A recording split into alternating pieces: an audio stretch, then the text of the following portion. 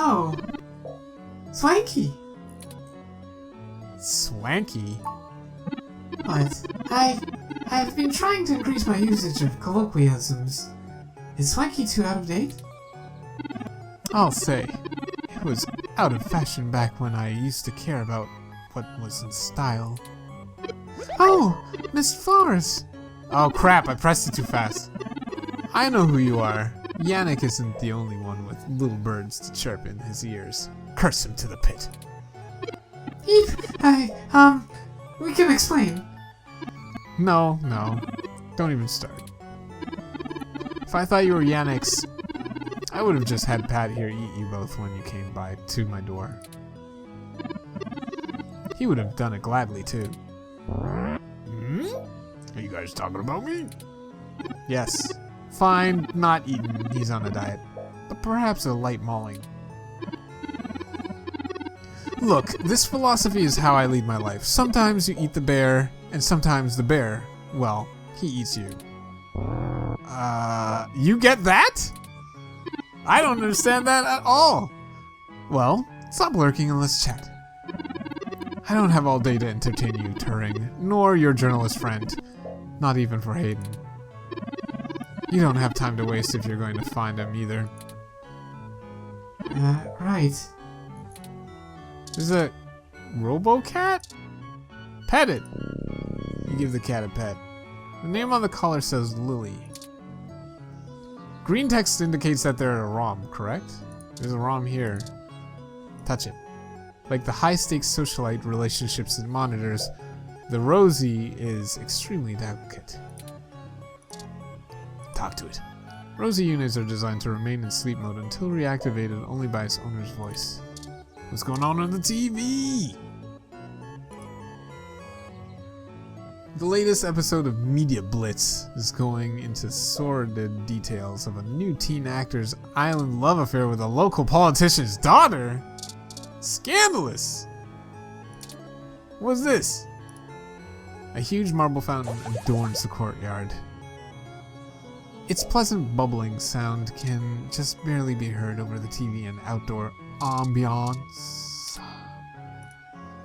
A Malcolm model ROM is tending to the garden. Oh, it's a ROM. It looked like a statue. It says ROM? Gardening ROM. Planter. A large climate-controlled globe towers in the lounge. It has some lively, in-season plants inside. There's a lot of stuff to check out around here, right? Yep. A pair of wide window doors are set open in the back of the room, leading to a plush garden. Can we talk to you? So, grr and stuff? What the fuck are you saying? Your dialect is all messed up, dude. Strawberries. The biggest strawberries you have ever seen are assembled in a china bowl on the coffee table. Tea. A thin string of steam escapes the delicate spout. This is living. What is this? Talk to fainting chair. Is that what they're called? A plush purple fainting chair dominates the room. Can we pet you? Pat? Pat is Melody's butler, not yours. He will offer service when and only when his mistress permits. I know what you want. Don't feed the bears. Oh. What about the cats? Cats love milk! If this cat had the ability to drink from a saucer of soured milk, it would become the single most spoiled entity to ever exist. Damn it! Can we put the milk in the tea? It's fairly likely you can request milk that isn't toxic. Who wants this friggin' milk, man? Why is the umbrella an option? This umbrella is not small enough, nor this drink fruity enough to merit the insertion of an umbrella. Oh, I get it. I get the joke. Do you want the umbrella? You don't want the umbrella. Do you want anything? No. Guys don't want anything. Can we listen to the team? No. You don't want the brochure. Okay, wait. No. Alright, I guess we gotta give you despoiled milk. That's gross, dear. Would you like my fancy umbrella?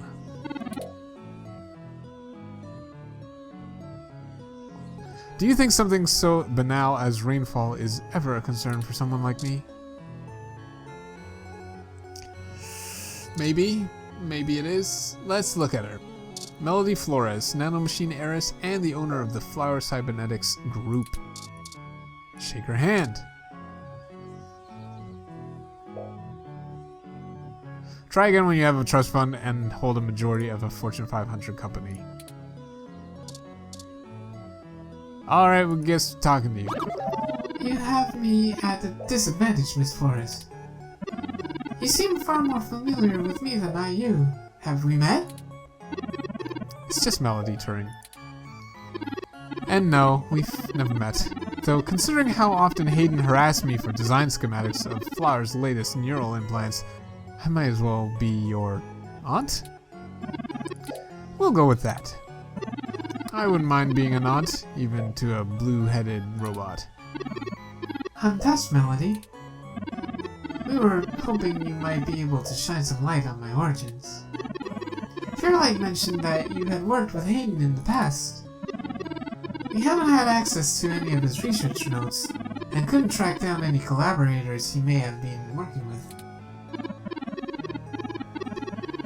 Perhaps if we know more, we might be able to nail down a solid motive. Well, I don't know if I can speculate on that beyond typical corporate infighting. Not that Parallax is known for that, of course. Still, I'm willing to answer your questions for now. How did you and Hayden end up working together on Turing? Can you tell us about yourself and Flower Cybernetics? What's the story between you and Fairlight? That's the juicy details right there. But we'll go with the main thing so Turing doesn't go ballistic. Indeed. I don't see the connection between your company and Hayden's research into machine sapience. Oh, Hayden wasn't researching machine sapience. At least not primarily. Not to diminish the importance of your creation, Turing, but Hayden is mainly interested in developing a way to transfer human consciousness into a machine matrix. You can see why neural implants would obviously be an integral part of that. Oh, I didn't realize. How would Turing's development help with digitizing the human mind? Is Hayden? No. It's too soon. Too soon to even speculate. Well, the concept of transferring the human mind into a computer has been an attractive goal for decades. Functional immortality is a powerful lure. The brain is an immensely complicated machine, and even though we know the right parts to push to make pictures show up, we still can't replicate the entire thing as technological construct. Even with virtual reality implants, we're really just relying on the brain's ability to make sense of nonsensical signals. The implant is just a signal pipe, and the brain does all the real processing. That's why the acclimation period for a direct link implant is like being stuck on low-grade hallucinogenics for a whole week. So Hayden decided the best way to make a machine more like the human brain would be to work in the opposite direction.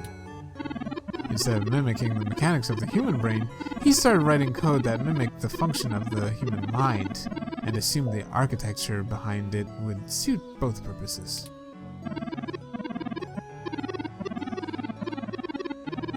Think of it like convergent evolution, two different species developing the same adaptation to solve the same problem, but continents apart.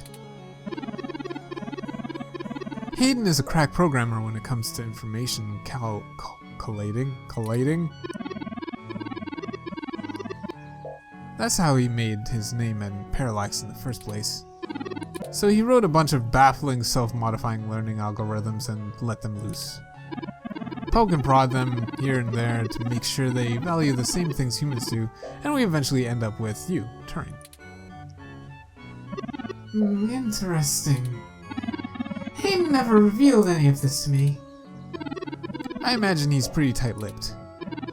You were the first prototype he considered a real success, and he was afraid of contaminating your development before he had a chance to make good observations. Can you elaborate on your involvement? Hayden wasn't invested in Turing's development? Oh, that doesn't sound right. Can you elaborate on your involvement? He and I have been aware of each other for years, but I can't say we've ever been friends or anything like that at all. It's a small city, and if you're in the tech sector, you are never more than 2 degrees removed from anyone else. When we started looking into this pet project of his, he came right up to my door and demanded access to the research logs behind our earlier implants. Cheeky, but it was impactful and disruptive, as they like to say around here. He needed the logs to better understand the way the implant handled directing sensory data to the right parts of the brain, and tried to mimic that in your software. I couldn't care less about Flower's patents anymore, so I gave him what he wanted, just to see what he would do. I'm frankly more impressed than I expected I would be, but don't tell him I said that. He dead! Don't worry. Hayden was involved in Turing's development? I didn't say that. Hayden was quite interested in Turing, even if he is just a step to further research. Oh. Hi. In fact, he's preparing to publish his findings involving Turing, and I know it's going to make one heck of a splash in the scientific community. See, the most impressive part about you, Turing, is that you're surprisingly stock. I assure you, Melody, my construction involves only the latest and greatest in ROM prototype technology. Exactly. You're not off the shelf, but you're still just a souped-up ROM. More or less like every other one out there. Your personality algorithms are impressive, but they don't require some new space-age technology to work. Hayden is going to propose that human consciousness transference does not require special brain-like hardware architecture, but merely the right software wrapper to interface with the hardware. Much like how you function. The human revolution maybe got caught light of this? I suppose that is correct. Still, my personality matrices do take up substantial amounts of my processing power. Wouldn't custom hardware have capabilities that better serve such a demanding, specialized task? Sure, there's plenty of reason trying to make a computer that works just like a human brain. Efficiency is an important part of that. But if Hayden can emulate the human mind in existing technology, it means we can start with immortality now, rather than waiting for hardware to catch up with Hayden's software. I'm not terribly interested in living forever, but there's more than enough people who are to make even a temporary stepping stone important. Thank you for this, Melody. I understand so little of my origins. Well, I'm sorry I don't know more of the specifics. Hayden kept me up to date on his progress, but only in the vaguest of ways. If you can hunt down his notes, I'm sure they'll tell you more. Of course. We'll keep looking. Now, perhaps we could ask some other questions? Sure. Tell us about yourself and Flower. This is why I don't talk to journalists. They all want to pry into my life. Can't you wait for my autobiography? I promise I'm working on it. Pinky promise. We don't want to pressure you, Melody, but every bit of information we can get could be useful in pointing us towards the individuals that attacked Hayden. Alright, off the record? Of course. Fine, ask away. What's your history with Flower? Well, Mommy Dearest first started the company half a century ago and quickly let it turn from a cutting-edge medical research group into a Department of Defense super soldier cyborg factory. I took over when she got lymphoma and had to fight tooth and nail to turn Flower into something that churned my guts a little less.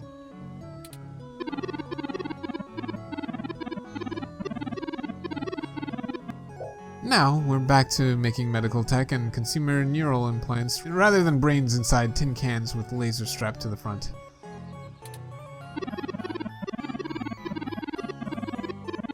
If the US government wants more war-grade cyborgs, then they'll have to get them elsewhere. Never mind them being banned by the Geneva Convention.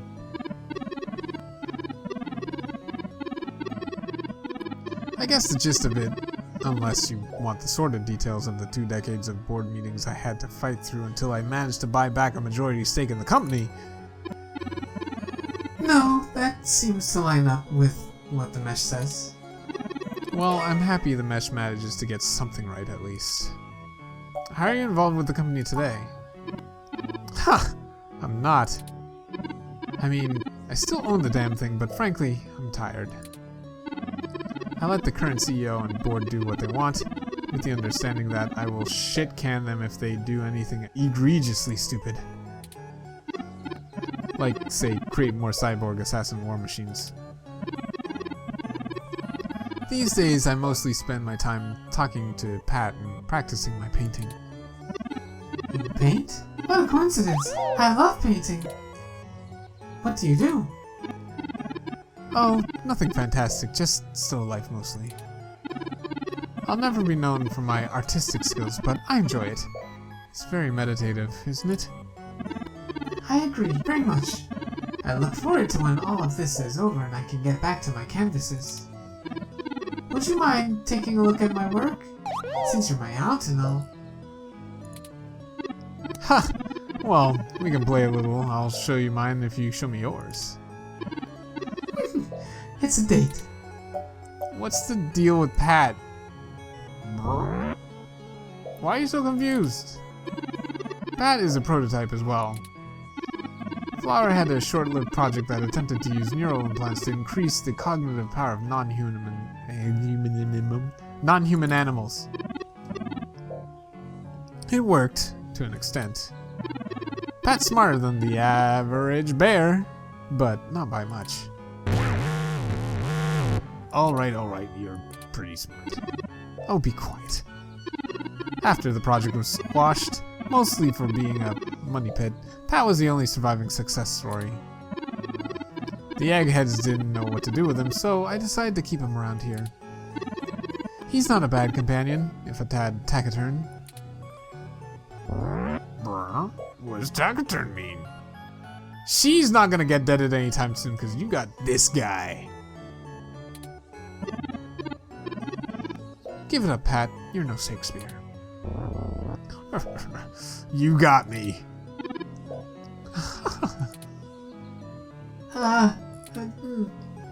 Yeah.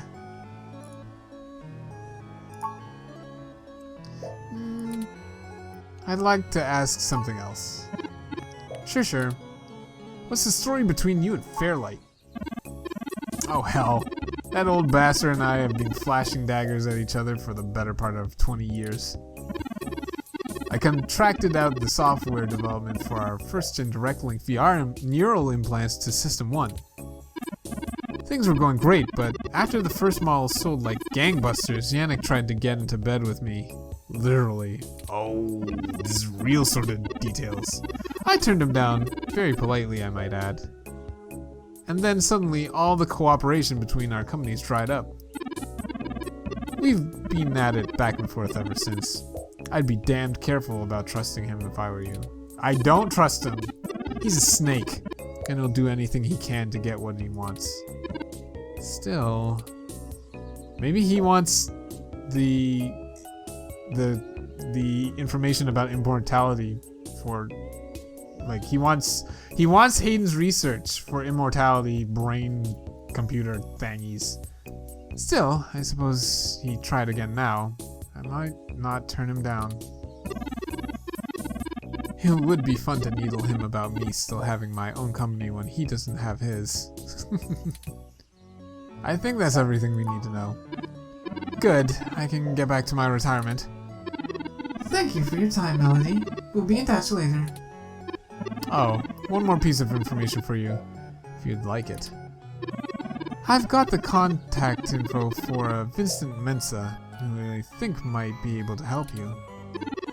Vincent was working more closely with Hayden inside Parallax, mostly on his company-approved research on data collating algorithms for the mesh. I'll send him a message and ask him to meet you somewhere. He owes me a favor anyway, and might be able to give you some more information on anything else Hayden may have been working on. That would be fantastic, Melody. Perhaps Golden Gate Park? That's public and crowded for the safety of us all. That should work. Be careful out there, Turing. I'd hate to see this get you killed. I will exercise caution, Melody, but I have contacts that can affect any repairs I may need. You don't understand. Hayden's design uses your base hardware configuration to generate your core personality profile. Each repair will make the little idiosyncrasies of your hardware mismatched against your personality algorithms. Too much change and the whole thing collapses. You'll have to be rebooted from scratch. So I'm sorry to say, but you're as mortal as the rest of us, Turing. I didn't know. Yeah, I can tell. You really need to get your hands on Hayden's files. There's plenty I don't know, so maybe I'm wrong. I only remember some of what Hayden told me about how he put you together. Just look out for yourself. I will. Thank you. Oh my god, so information overload. Anyway, thanks guys. Thanks for watching. It's time to go meet up with a contact. We should be checking each venue that we've gone to prior and just make sure that things are all right. So anyway, let's go out of here first. Yeah. Close the door when we're gone. I don't want you to get deaded. We can go here. Wait. Oh, GG Park. So let's go back to the house and let's save. Turing, you got anything else to say? Let's keep at the path we're on. Let's talk to Wilty. Looks like you're gonna be just fine after all. Touch Wilty. Still alive, but not sturdy enough to touch. And let's say that we were in a fancy place, right? So let's save our save as, yes, we want to save. Gonna be fancy boxer. Yeah. All right. Say that. It's saved. I think. Just for good measure. Yes. Save. And we're done. Anyway, that was a lot of nothing. But thank you guys for sticking around. I'm glad you guys are on this journey with me. I will see you guys in the next one.